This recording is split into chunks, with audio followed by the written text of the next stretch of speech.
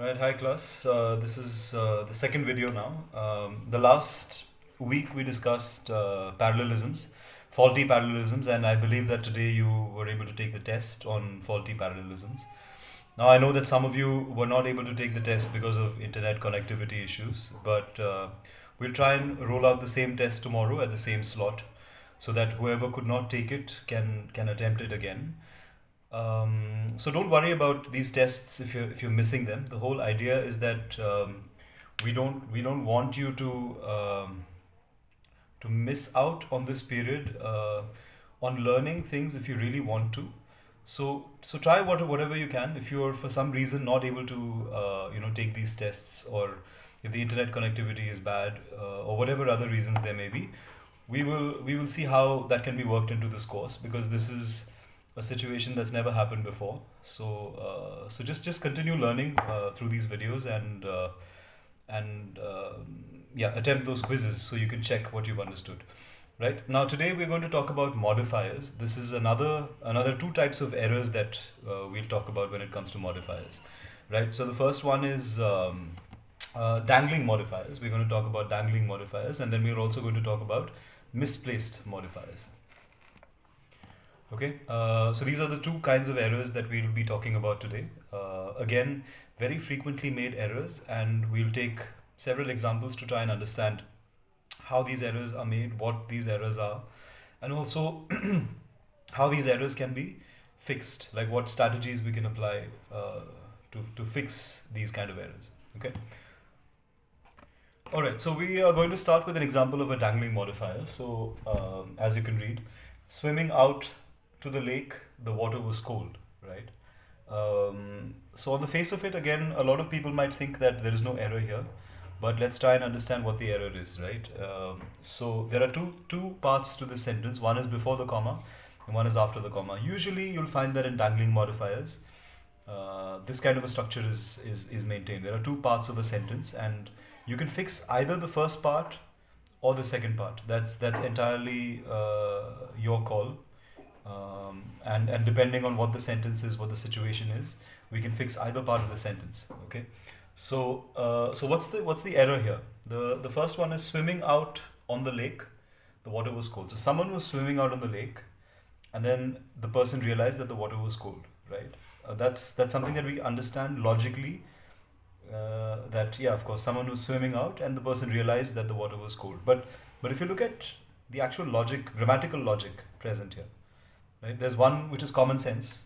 Common sense tells us that there's a person who was swimming, but grammatically, what's happening here is swimming out to the lake. We don't know who's swimming, right? If you just read the first part of the sentence, we don't know who is swimming, right? Swimming out on the lake. Who was swimming? We don't know. So the second part of the sentence should give us some clue as to who was swimming, right? So usually the first word after the comma tells us who was swimming. So now, according to this sentence, it says the water was cold, right? So by that grammatical logic, it means that who was swimming here?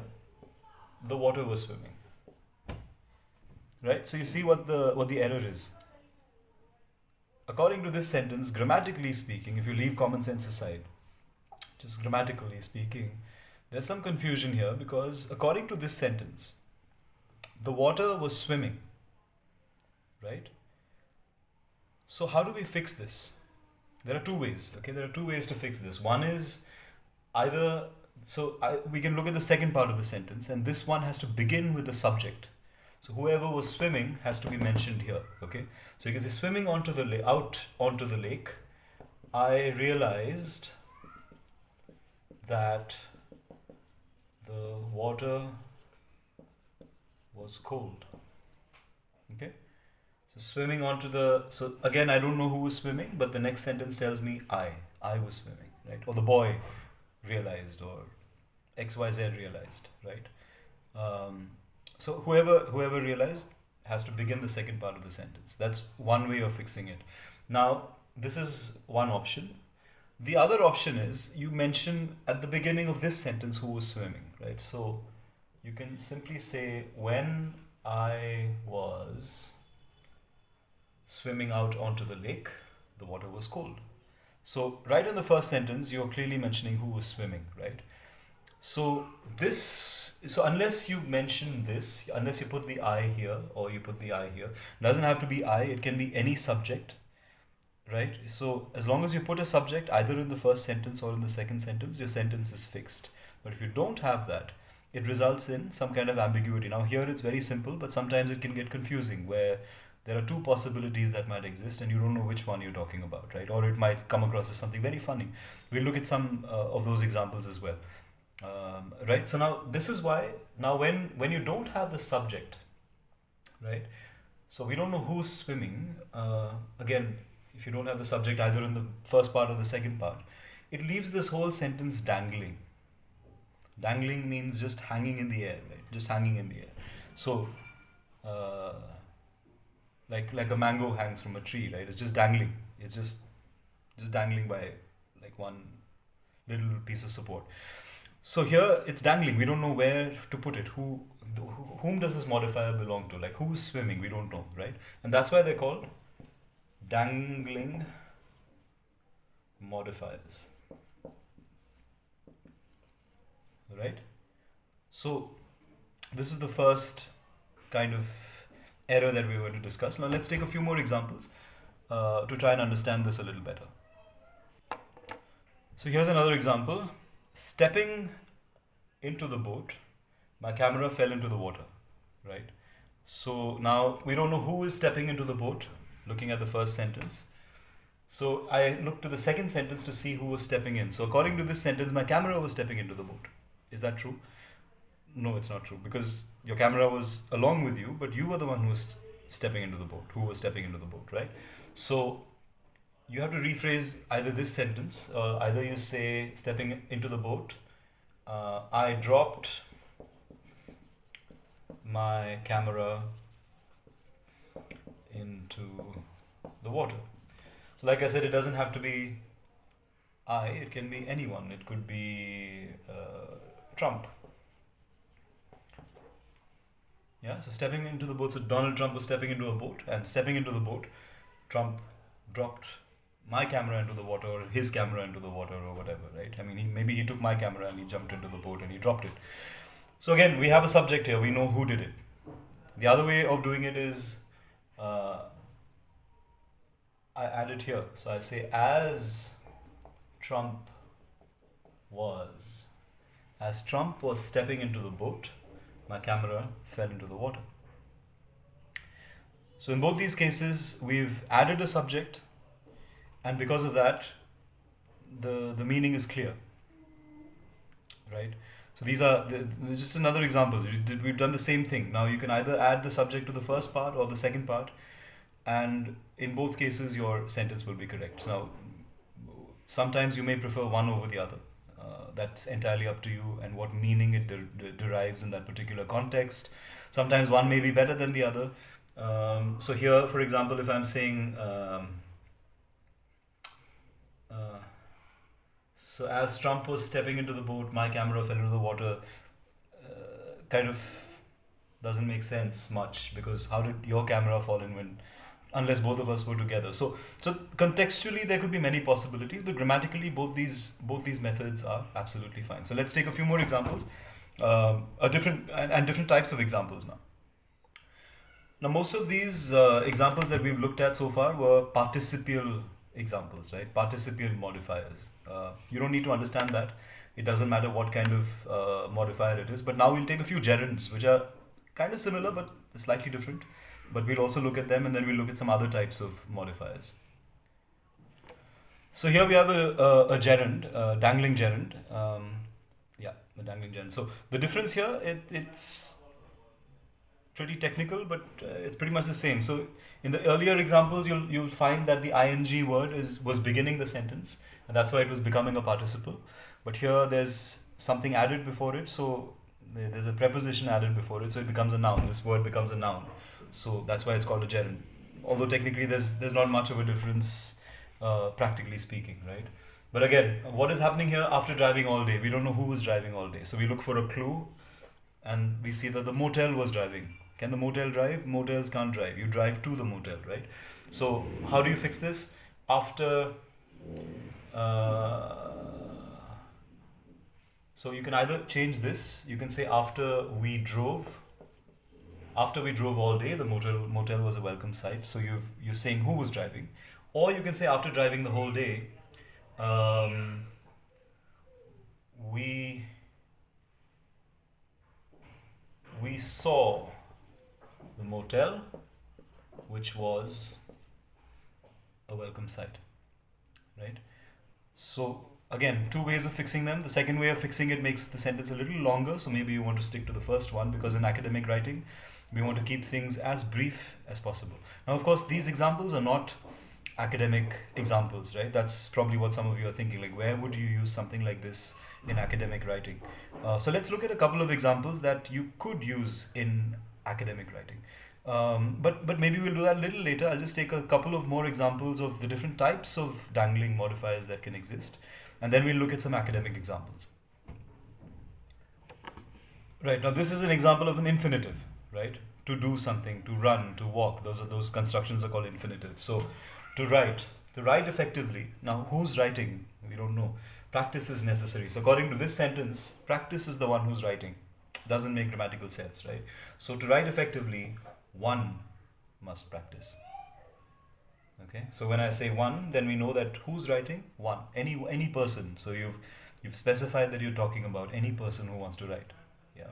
So one must practice, or anyone should practice, or a person should practice. Right? So this is one example. So a different kind of modifier here. It's an infinitive. Alright, so here's another example. Now this is called dangling elliptical clause. We don't need to know all of that. Just understand the logic behind it. While combing my hair in the morning, now we don't know who's combing your hair, right? We are assuming you're combing your own hair, but could be someone else, right? Now we look for the clue in the second part. A man's face appeared in the mirror, so which means that the man's face was combing your hair. Doesn't make sense, right? So we have to fix this. So how do I fix this? I saw, while combing my hair in the morning, I saw a man's face appear.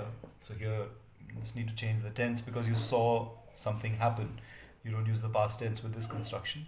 That's one way of fixing it. Or you can say, while I was combing my hair in the morning, a man's face appeared at the window. So in both cases, again, we're doing similar stuff, right? So I think you've understood what this broadly means. Now let's take a couple of academic examples and we'll move to another type of modifier after this.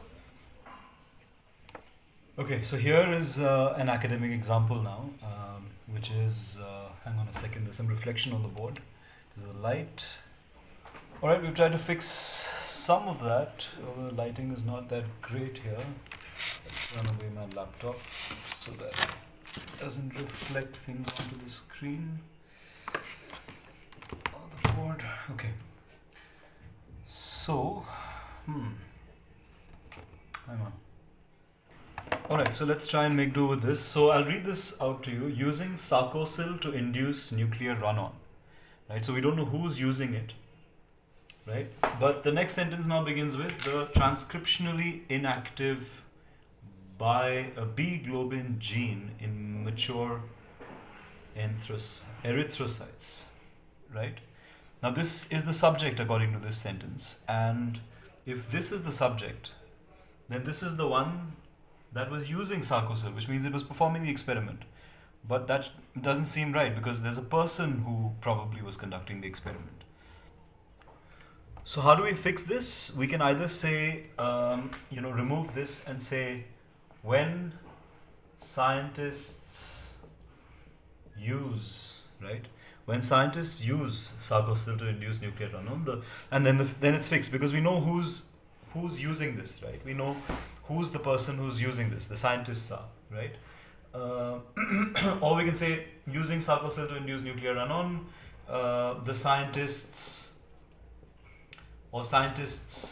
find that and the rest of it, right? So either way, it's the same thing. So irrespective of what kind of sentence you find, the objective in fixing dangling modifiers is to put a subject where the subject is missing, because logically speaking, the subject that's found in the sentence cannot make sense, right? So that's where you have to put a subject which actually makes sense. All right, so here's another example. To institute a carbon tax. So now if you want to institute a carbon tax on any society or any industry, it is essential to first address the increasing influence of corporate lobbies. Now you'll find that a lot of times there's an it that is used here, right? Now this it does not really tell you who the subject is, right? Then that becomes a challenge. So we have to again make sure that we clearly specify who has to be considered here, right? So so that person or that group of people who need to institute the carbon tax have to be mentioned here. So maybe political reformists, right? So instead of it, we say political reformists, and then the rest of the sentence doesn't make sense. So we have to convert that as well. Political reformists must first address, right? So that makes sense now. So to institute a carbon tax, political reformists must first address the increasing influence of corporate lobbies. Okay, here's another example. Before adding the compound, so again, science students will probably comprehend this a lot better. Before adding the compound, it was determined. So again, this is an it over here. It was determined that the solution's pH was 6.4. Right, so it was so you find that it here again, it was determined that the solution's pH was 6.4. Now this it doesn't really tell us who we're talking about, right? So so this kind of construction doesn't work. So again, instead of this, you can simply say we, right? So we determined that the solution's pH was 6.4, because then what we know is who was adding. Who was adding? Because here it was adding. What is this it that is adding? We don't know, right? So we were adding, so that becomes the right correction here. So before adding the compound, we determined that the solution's pH was 6.4. Or another way to fix this is instead of before adding the compound, you can simply say before the addition of the compound. Right, because here we're just calling it the addition. We're not saying someone did something. There's no verb that is being used. Right? It's only when the verb is used that you need to know who the subject was that performed that verb. So if you remove the verb from the equation, then you don't need a subject. So then the sentence becomes right. Before the addition of the compound, it was determined that the solution's pH was 6.4. Right. So another very useful way, if you want to focus on the process rather than who did it. Remember when we talk about processes in the passive voice, here it's all passive. Before the addition of the compound, it was determined that the solution's pH was 6.4. So because there is no verb here, this is absolutely fine. But if you put the verb before adding, then you need a subject to determine who performed the verb. So yeah, with that, I think we've taken quite a few examples. Now, besides these examples, we're going to share some sheets with you, some PDF files, and some links where you can get some more information.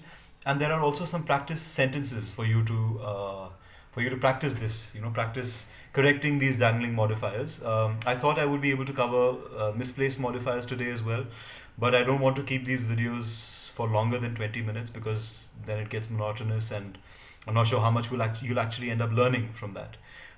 So the next phase now is we're going to mail you the PDF files and the online links. I'm going to send you the link. Of course, you're watching this video, so you already have this. We'll also be sharing the PDF files and other links where information on this is found online and lots of practice exercises. And once you've done that, on Thursday, we're going to have an evaluation on this topic from 5 o'clock to 5:20. So try and be at a place where there's good internet. And some of you have been missing these tests. It's all right. Like I mentioned at the beginning of the video, if you've missed it, we'll figure out a way to cover up for it because these times are extraordinary. So don't pressurize yourself too much. But if you can attend these quizzes, please do so because you're ending up learning and practicing and improving your abilities as a research writer, which is the purpose of this course. All right. So good luck, and I'll see you with the next video on Thursday.